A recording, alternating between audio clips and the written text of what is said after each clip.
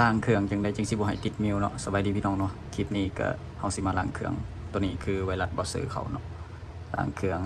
เวลาเฮากดมันจะไปต่อเลยเนาะตัวนี้คือเฮาสิมาแนะนำวิธีล้างเครื่องบ่แม่นสอนเด้อมาแนะแนวทางให้เบิ่งเนาะตัวนี้ก็คือ ล้างเครื่องจังได้บ่ให้ติดมิวเนาะโดยลำดับตัวนี้ให้เอามาหาคำว่าตั้งค่านี้เนาะจิ้มเข้าไปเนาะแล้วเลื่อนหาเนาะเห็นแจ้งอยู่บ่เนาะเลื่อนหาคำว่าอันนี้เป็น Samsung เนาะ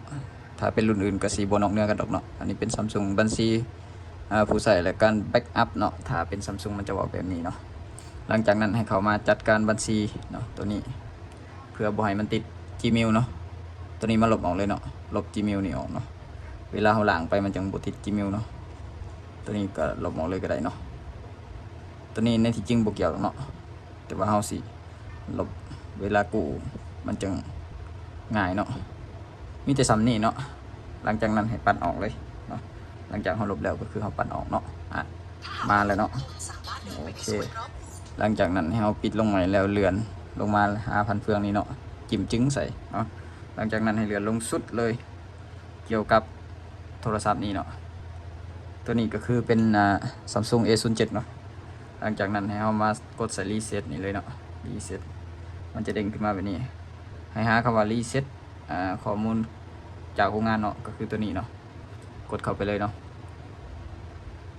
หลังจากนั้นตัวอยู่ในนี้มันจะลบเบิดเนาะบ่เป็นยังเนาะบ่มี Gmail อยู่นี่ให้เอากดรีเซ็ตไปเลยเนาะ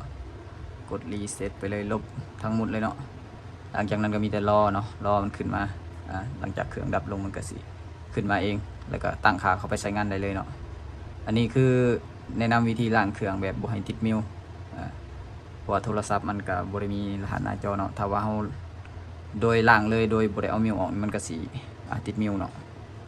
ตัวนี้รอถ่าเครื่องขึ้นเนาะนี่ตอนนี้เครื่องขึ้นเลยเนาะตัวนี้จะใช้เวลาอยู่ประมาณ1 นาทีหรือ2 นาทีนี่แหละเนาะประมาณนี้เนาะกำลังลบเนาะจะให้เบิ่งขั้นตอนมันลบเนาะหลังจากมันลบแล้วมันก็สิขึ้นมาเนาะมันก็สิค้างอยู่นี่โดนเติมเนาะ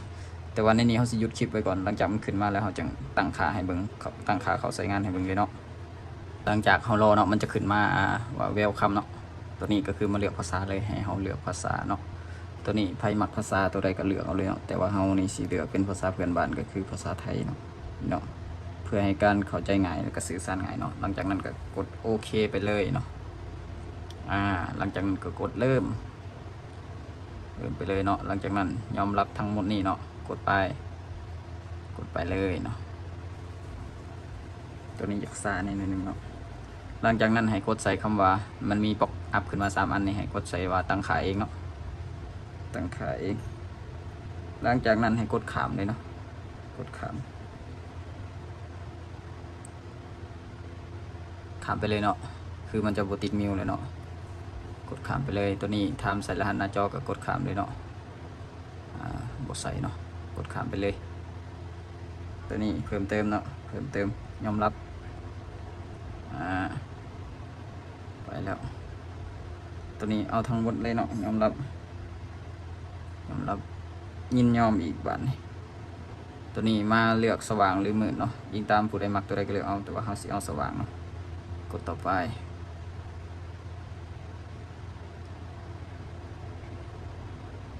รอเนาะเขาบอกกรุณารออีกหน่อยนึงเนาะมันบ่อยากแจ้งครับปานใดเนาะเดี๋ยวสิบ่เห็นรออีกหน่อยนึงเอารอมันจะขึ้นมาประมาณนี้เนาะให้เรามากดใส่เพิ่มเติมเลยเนาะตัวนี้ให้กดใส่ว่าถัดไปเลยเนาะตัวนี้ไม้ก็ได้บ่ไม้ก็ได้เนาะกดถัดไปเลยตัวนี้จะใส่เวลาอยู่กดถัดไปเลยเนาะนี่เนาะหลังจากนั้นว่าคุณพร้อมแล้วมันบอกเนาะหน้าจอหลักเลยเนาะกดใส่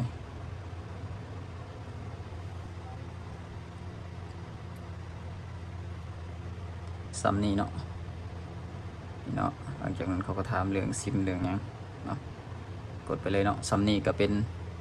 อันที่เสร็จสิ้นในการล้างเครื่องแบบบ่ให้ติด Gmail เนาะขอบใจหลายๆที่ครับชมคลิปจนจบเนาะถ้าว่าอยากให้เฮาเฮ็ดคลิปไปด้วยก็สามารถคอมเมนต์กันเข้ามาได้ถ้าว่ามีเครื่องแบบนี้เฮาก็จะปรับมาเฮ็ดให้เบิ่งเนาะตัวนี้คือ Samsung A07 เนาะ